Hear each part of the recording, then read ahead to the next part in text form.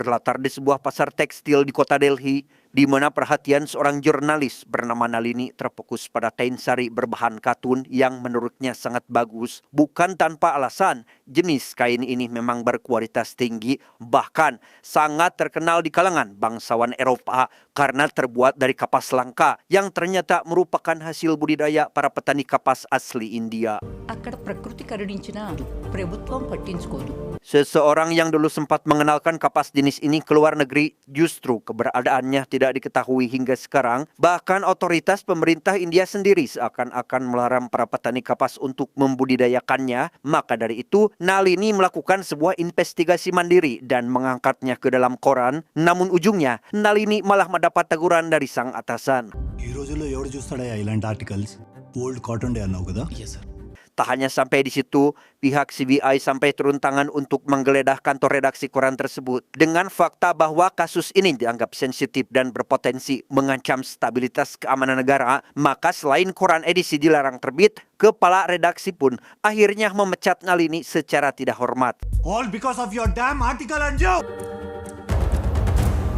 Curiga ada rahasia besar yang sedang ditutupi, Nalini diam-diam tetap melanjutkan investigasinya dengan mendatangi pabrik tenun di area perkebunan kapas yang dimaksud. Namun fakta yang didapatkan di lokasi hanya ada sebuah patung seorang tokoh masyarakat yang sengaja diabadikan oleh warga di tengah puing-puing bekas kehancuran pabrik tersebut.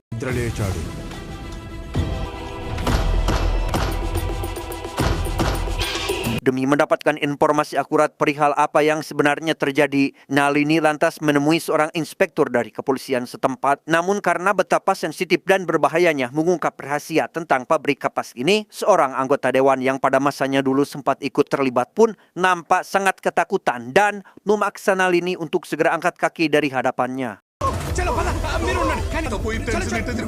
Setelah mengumpulkan informasi dari berbagai narasumber, berikut dari ajudan dewan yang bernama Vikas, ini orangnya, Nalini pun menyimpan adanya sebuah kisah tersembunyi di masa lalu. Konon, hiduplah sebuah suku pedesaan di Bukit Talakona yang bermata pencarian sebagai petani kapas, di mana seorang tokoh bernama Sadev dan sahabat setianya yang bernama Jai mendirikan pabrik tenun sekaligus menjadi rumah pribadi bagi keduanya. Meski tinggal di daerah terpencil, mereka hidup sejahtera dengan pekerjaan yang ada, perlindungan keamanan terjamin, dan tentunya jauh dari suara bising dunia politik. Sekalinya ada rombongan politisi yang coba-coba berkampanye memohon dukungan dari sana, jangan lupa Sadev juga merupakan seorang yang ahli dalam memegang senjata dan tidak segan-segan untuk mengusir mereka.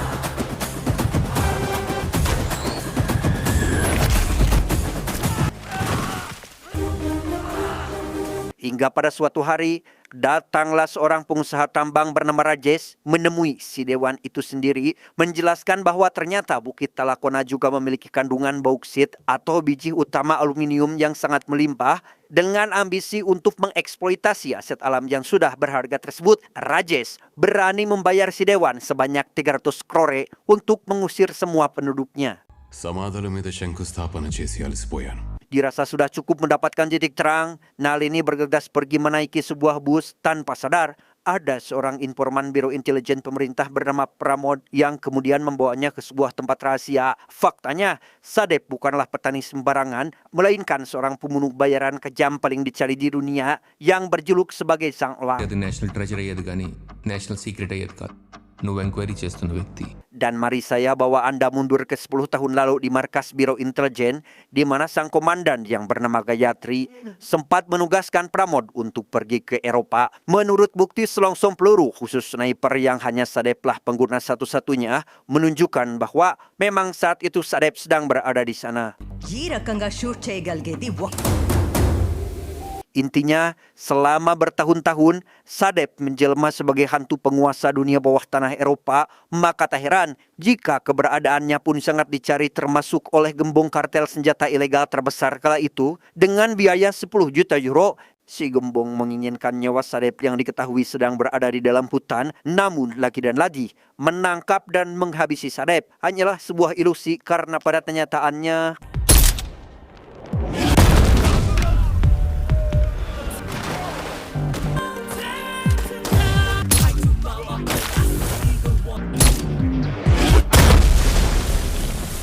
ia persenjataan canggih yang musuh gunakan tak mampu melumpuhkan Sadep, di mana ia justru terbukti mampu menghabisi mereka dengan mudah tanpa terkecuali.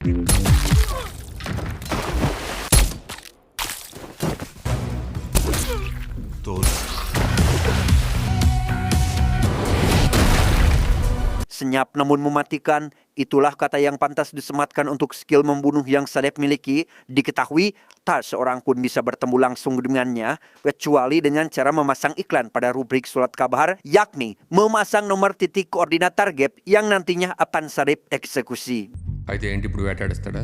Dengan mengamati cara itulah, Pramod pun akhirnya menemukan sebuah rencana operasi pengiriman senjata ilegal dalam jumlah besar. Namun yang menarik adalah Sadep justru merampas paket senjata tersebut lalu dibawa ke dalam pabrik kapas miliknya dan aksi perampasan itu terjadi berkali-kali. Usut punya usut, paket senjata yang Sadep rampas tiada lain adalah pasokan dari kelompok milisi 1 untuk dikirimkan ke kelompok misi lainnya yang meskipun misi mereka berbeda, tapi sekarang mereka bekerja sama melawan Sadep untuk merebut kembali senjatanya. Kembali pada Rajesh yang ternyata tidak lebih dari seorang mafia pertambangan ilegal dengan ambisi merebut lokasi tambang bauksit tadi. Ia memasuki kantor dengan kawalan ketat anak buahnya, tetapi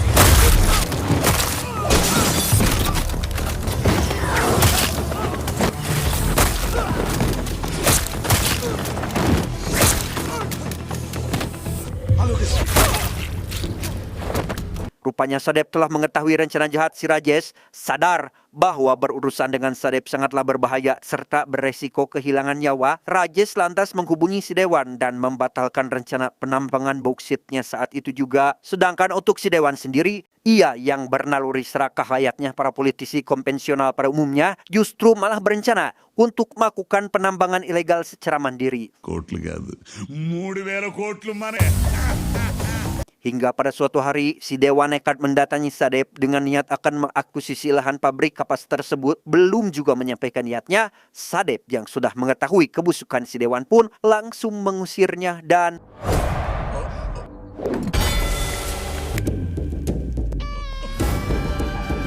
itulah sedikit keterangan yang disampaikan Pikas alias ajudan si Dewan. Sayangnya ia pun keceplosan menyebut nama Padma, yakni mantan anggota kelompok milisi tadi, bersamaan dengan rencana pengiriman paket senjata ketiga yang telah dipasang GPS di dalamnya. Padma pun ditugas menjadi mata-mata agar bisa masuk ke dalam pabrik dengan berpura-pura menjadi karyawan baru di sana. మందికి పని పడుతుంది Bertepatan dengan acara pesta panen raya, rupanya si Dewan telah menyewa para bandit guna membuntuti truk paket senjata hasil rampasan. Yang bersamaan dengan itu, Padma pun terlihat mulai menjalankan aksinya. Padahal Jay, sang supir truk, telah mengetahui kedatangan mereka semua, termasuk aksi penyamaran si Padma itu sendiri. Dan inilah yang terjadi.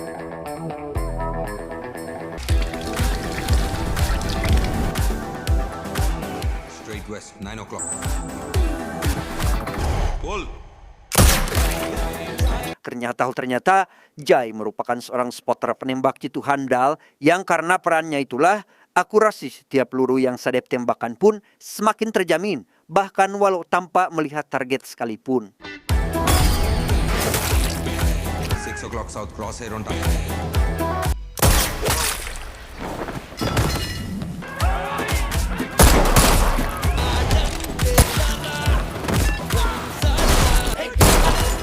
Sementara para bandit itu jatuh berguguran, Jai lekas membawa Padma untuk diikat di sebuah gudang rahasia dari pabrik tersebut. Sejenak, betapa si Padma dibuat terperangah, sebab ternyata di gudang inilah ribuan pucuk senjata hasil rampasan disimpan. ఆ దళం మొత్తాన్ని ఎదుర్కోవాల్సి ఉంటుంది. ఇక్కడ జరగబోయే దాంట్లో Di saat yang sama di luar pabrik, si Dewan yang menaruh harapan besar pada kinerja para bandit sewaannya malah mendapati mereka bergelimpangan dalam keadaan sudah tidak bernyawa. Sempat ingin pergi karena merasa selak, tiba-tiba Sadep datang menghampiri si Dewan dan mengacam akan menghabisinya juga jika memaksa kabur dari sana. Keesokan harinya, pada jarak beberapa kilo dari pabrik tersebut, kita diperlihatkan pada regu pasukan khusus yang telah dikirim oleh Gayatri untuk menindaklanjuti dugaan penyelundupan senjata ilegal, di mana Pramod diutus untuk memata-matai situasi di dalam pabrik dengan menyamar sebagai tukang wifi yang sesampainya tepat di depan gerbang, Pramod diperbolehkan masuk dengan begitu mudahnya. నువ్వేదన్నావు లోనకి వెళ్ళడం అవదో Usut punya usut, Sadep sudah mengetahui semua tentang Pramod sekaligus penyelidikannya yang di Eropa waktu lalu. Maksud hati ingin memberitahu regu pasukan dengan menekan tombol alat pengiriman signal bahaya. Rupanya Sadep sudah lebih dahulu menonaktifkan alat tersebut sehingga మీరేం ఇంకా బయటికి రాలేదు మా agent communicate చేస్తాడు. tertangkapnya Pramod sekaligus membuktikan bahwa sistem keamanan di dalam pabrik jauh-jauh lebih canggih dari sistem kemiliteran India itu sendiri. Maka tak heran jika Gayatri merasa semakin tertantang, begitupun dengan kedua kelompok milisi. Mereka sudah mulai bergerak untuk melakukan penyerangan sehingga Sadep dan Jai pun langsung melakukan hadangan tepat saat mereka mulai menerobos pagar batas pertahanan.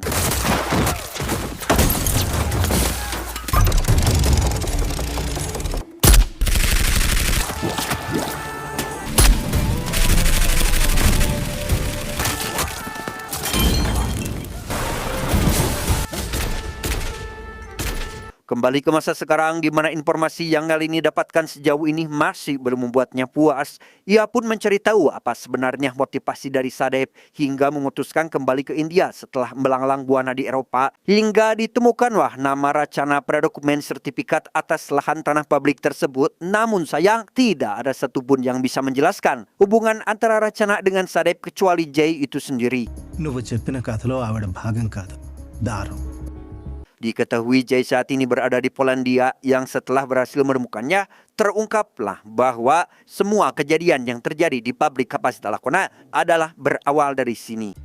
కానీ ఇంత దూరం వచ్చావంటే Tepat saat Jay dan Sadep sedang mengawal sebuah transaksi senjata ilegal pada beberapa tahun lalu, ada seorang polisi Polandia bernama Pratap yang harus mereka lumpuhkan. Namun pada detik-detik eksekusi, datanglah seorang gadis imigran asal India bernama Racana yang kecantikannya berhasil mengalihkan dunia Sadep dalam sekejap mata. మాత్రమే ఉండే అతని ప్రపంచం Sejak saat itu, Sadep selalu mengikuti kemanapun Racana pergi dan mengawasinya dari balik lensa teleskop sengapan hingga ketika ada sekelompok remaja yang hendak akan menjamret HP dan perhiasan milik Racana, dengan mudah Sadep mengusir mereka lewat tembakan jarak jauhnya.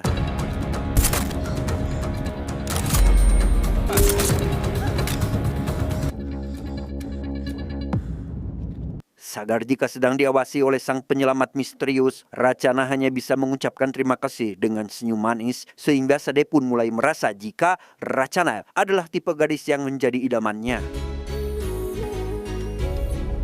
Sementara untuk Racana sendiri, ia merupakan seorang desainer busana khas India dengan bahan kapas yang diimpor langsung dari negara asalnya. Meskipun memperkenalkan busana khas daerah di dunia internasional bukanlah hal yang mudah, namun secara pribadi, Sadep adalah sosok pendukung sekaligus pengagum misterius baginya.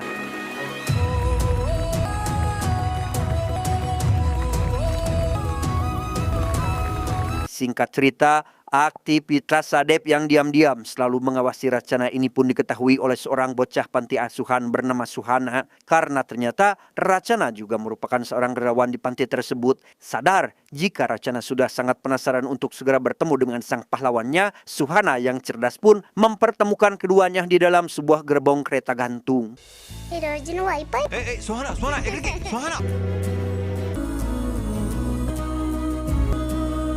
Tanpa banyak drama, akhirnya mereka resmi menjadi sepasang suami istri yang nampak sangat berbahagia dengan kehamilan anak pertamanya. Namun sayang, kebahagiaan itu pun sirna dan berujung nestapa tatkala sekelompok pria bersenjata yang tengah memburu Sadep menghabisi nyawa Racana, termasuk Suhana yang saat itu sedang bersamanya.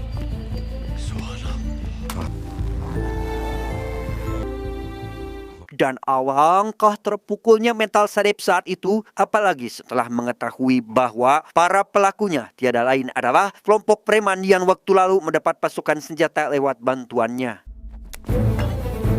ఆ విషయం అతను నాకు తెలిసిన సహదేవ్ కాదు Di tengah keterpurukan yang terjadi, Sadep juga menemukan sebuah rekaman video dalam ponsel milik Racana di mana isinya bahwa sang istri sangat mengagumi Sadep dan berharap agar tetap menjadi pahlawan yang melindungi orang-orang lewat senjata. Demi mewujudkan mimpi mendiang sang istri, Sadep pun merubah haluannya menjadi orang yang selalu menggagalkan setiap kiriman senjata ilegal agar supaya tidak jatuh di tangan yang salah.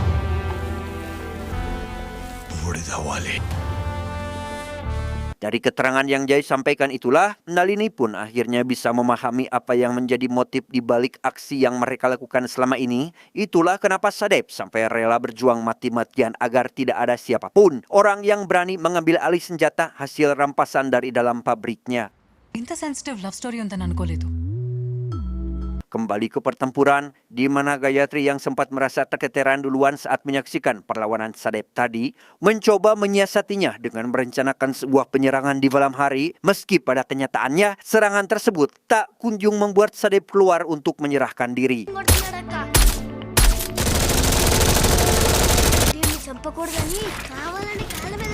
Akhirnya regu sniper diterjunkan bersamaan dengan ledakan bom asap yang berjatuhan persis di depan ruang tembak Sadep, hingga akhirnya mereka pun mendapat sedikit celah untuk menemukan posisi keberadaan Sadep dan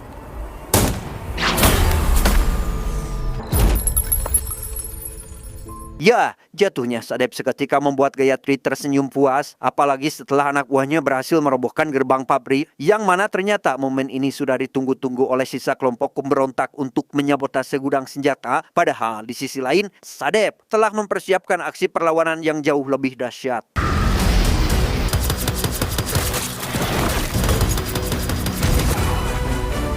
Alih-alih tiba di gudang senjata yang dimaksud, mereka justru mendapat hadangan yang sangat brutal, hingga tak sedikit pun diberi kesempatan untuk melawan.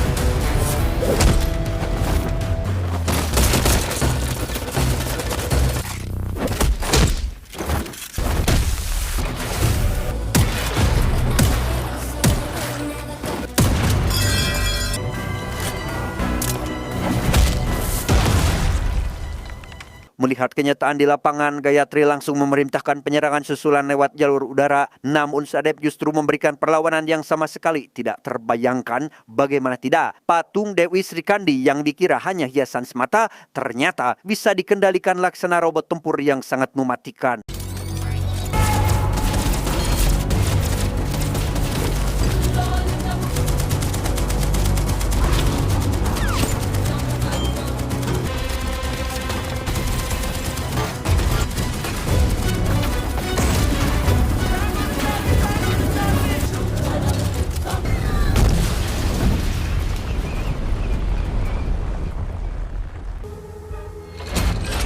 Setelah terbukti bahwa Sadep memilih untuk mempertahankan pabriknya, seorang petinggi militer yang merasa telah dipermalukan pun menginstruksikan peluncuran rudal. Menurutnya, Sadep adalah seorang penjahat besar yang memang layak untuk dihancurkan. Sedangkan untuk Sadep sendiri, ia mulai menjelaskan yang sebenarnya kepada Pramod dan Padma bahwa perampasan senjata ilegal yang selama ini ia dan Jai lakukan adalah semata-mata demi mencegah pertumpahan darah akibat penggunaan senjata oleh tangan-tangan yang tak bertanggung jawab. కాలిపుల్లో చనిపోయిందని కాల్ రాకూడదు పోతే రెండు సవాలు తయారవుతాయి ఒకటి కాలిపోతుంది. Di saat yang sama di luar pabrik, sejenak kita akan diperlihatkan pada Pratap alias si polisi Polandia dengan fakta bahwa ternyata Pratap adalah ayah dari Suhana. Ia pun sempat dijebloskan ke penjara setelah menembak mati para preman yang telah menghabisi nyawa putrinya tersebut. Dan kini Pratap datang untuk menuntut balas kepada Sadep yang dianggap sebagai penyebab dari semuanya.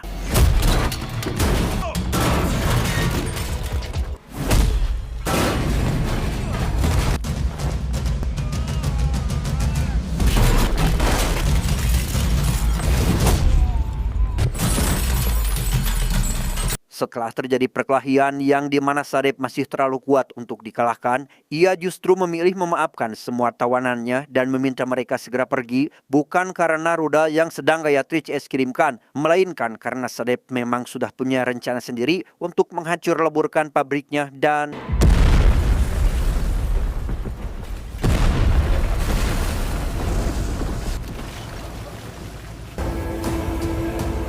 pertanyaannya, apakah Sadep tewas dalam ledakan tersebut? Demi mendapatkan jawabannya, Nalini pergi ke Polandia untuk bertemu langsung dengan Pratap, di mana ia yang kurang yakin dengan kematian Sadep pun lantas melakukan penelusuran hingga diperoleh kabar bahwa selongsong peluru favorit Sadep ditemukan di Denmark, tepat setelah terjadi penumpasan geng penyelundup senjata ilegal di sana. Sejak saat itu, bahkan pihak intelijen pun mengambil kesimpulan bahwa Sadep adalah algojo terakhir dalam menumpas peredaran senjata ilegal. Di tangan sang elang inilah definisi senjata yang semula digunakan untuk merenggut nyawa berubah menjadi alat untuk mengarahkan manusia ke jalan yang semestinya. భూమి మీద life balance చేయడానికి విపత్తులు అవసరం. Lantas siapakah gadis kecil yang bersama Pratap sedangkan diketahui Suhana sudah meninggal tertembak? Di sini kita pun diberitahukan bahwa bocil itu tiada lain adalah putri Sadep sendiri yang berhasil diselamatkan dari kandungan racana ibunya, lalu dengan rela hati diserahkan kepada Pratap untuk mengobati rasa kehilangan atas kematian Suhana. తన కూతుర్ని త్యాగం చేద్దామనుకున్నప్పుడు తన ఆలోచన ముందు Merasa terkesan dengan dedikasi yang Sadep lakukan, Nalini berharap bisa bertemu langsung dengannya. Meski Pratap sendiri mengaku tidak bisa mewujudkan harapan Nalini tersebut, namun satu hal yang dapat Pratap pastikan adalah Sadep pasti sedang mengawasi keberadaan mereka dan ternyata... Terakhir kita akan diperlihatkan pada para petani kapas yang tengah melakukan penghormatan atas jasa Sadep. Begitu pula dengan Nalini yang demi mengabadikan kisah inspiratif dari Sadep, ia pun menyusun semua informasi tadi menjadi karya tulis, yakni sebuah novel berjudul Sang Elang.